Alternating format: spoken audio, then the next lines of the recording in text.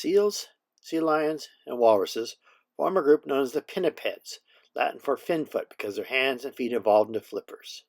These include the family Phocidae, or the true seals, which are distinctive in that they cannot rotate their hind limbs around in a forward position to walk, so they must drag their bodies or wriggle across the ground. They also have no external ears. Sea lions, or family Otariidae, have distinctive external ears, can rotate their hind flippers in the forward direction to walk on land. They swim primarily with their front flippers. These are the animals so familiar from zoos and aquaria, barking on command and performing tricks for animal trainers. Finally, the walruses, family Otobenidae, are famous for their huge, blubbery bodies, giant paired tusks, and they're restricted to the icy Arctic. They also lack external ears, but can walk with their hind flippers. Like seals, they swim using their hind flippers. There's only one species of walrus alive today, Otobenus rosmarus, but they have an excellent fossil record with many extinct species. Fully adapted to an aquatic existence with streamlined bodies and many specializations for swimming and diving, these animals look so different from other groups of land mammals, and yet they are mammals and must have come from land-dwelling creatures with legs, not flippers. Today, they are a quite diverse group, with 3 families consisting of 22 genera and 34 species, but there are at least an additional 50 extinct genera known, and they have an excellent fossil record going back at least 30 million years. So what are pinnipeds related to? For the longest time, it was thought that they were not a natural group, but convergently evolved from 2 different lineages. The seals, or phocids, are thought to be related to the weasels and otters, while the sea lions and walruses are related to bears. However, in the 1990s, opinions changed and it was agreed they were a natural monophyletic group most closely related to the bear lineage.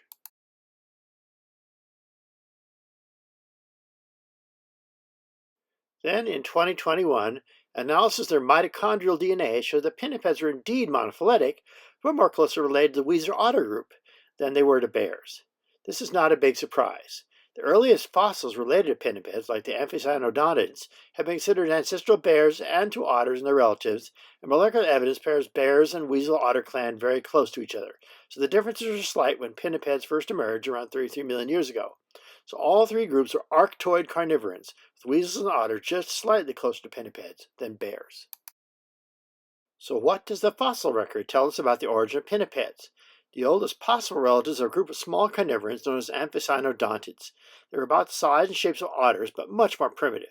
Traditionally, they were thought to be the most primitive member of the bear lineage, but now they're considered a very primitive relative of weasels and otters, and possibly the most primitive member of the pinnipeds. They're found in beds up to 33 million years old in France, China, and Mongolia, along with other related genera such as Allocyon from the John Day beds of Oregon, Draconax from northeast Colorado, Pachyscyanodon from France, and Ficticeps from Mongolia, and Wangictus from China. One of the strangest of these creatures is Colponomos clallamensis, nicknamed the beach bear. It was first based on a partial skull found in marine beds in the Clallam Formation about 22 million years old in the Olympic Peninsula of Washington. It had a strange downturned snout, and even a stranger, broad, flat, crushing mold suggested it crushed shellfish for its food. Its powerful jaws resemble those of saber-toothed cats in their mechanics for a powerful bite, but they ate mollusks, not meat. So it's even more otter-like than bear-like and closer to the roots of otters and pinnipeds than to bears. Next on the family tree is Pugila darwini, based on a complete skeleton found in lake beds inside Houghton Impact Crater in northern Canada in 2007. It dates back to 22 million years ago. It was not an amphiscyanodonid, but one of the most primitive pinnipedimorphs ever found. Its long body also resembled that of an otter, although it did not have the webbed feet. But its skull has many features in common with seals, such as large holes in each side of the snout, where the sensitive nerves in their noses the seals use to find food underwater.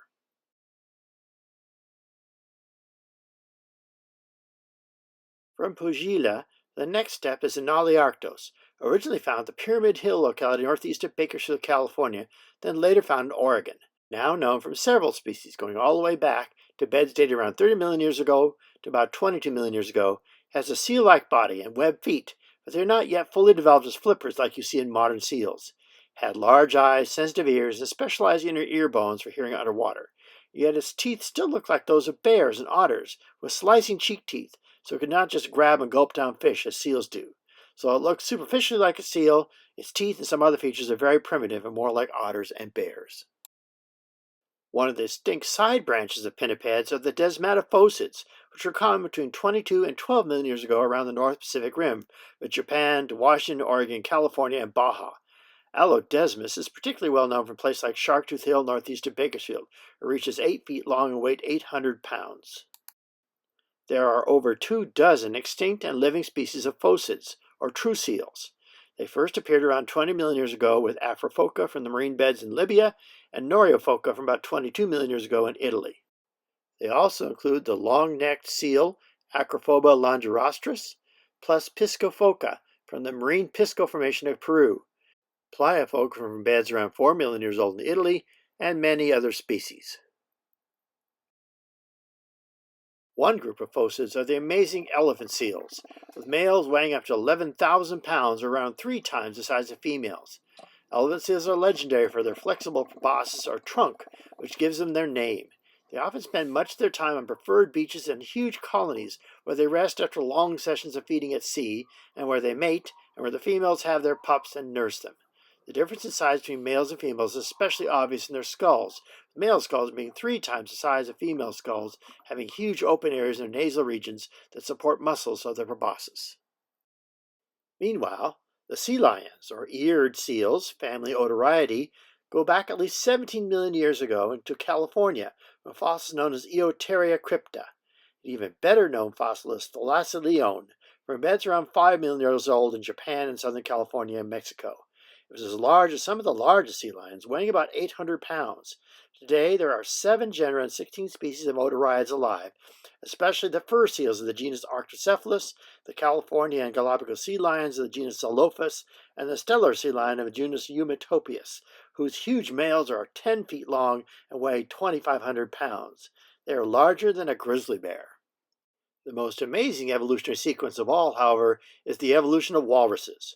The most primitive walruses, such as Promeneotherium and Neotherium, occur in beds around 12 to 15 million years old. They are barely different from Enaliarctos, except that they are larger and more robust, and already begin to show the size and canine tusk differences between males and females that is so characteristic of walruses and not Enaliarctines. A few million years later, we find Imagoteria, which is about the size of a living walrus, with ear bones already suited to underwater hearing.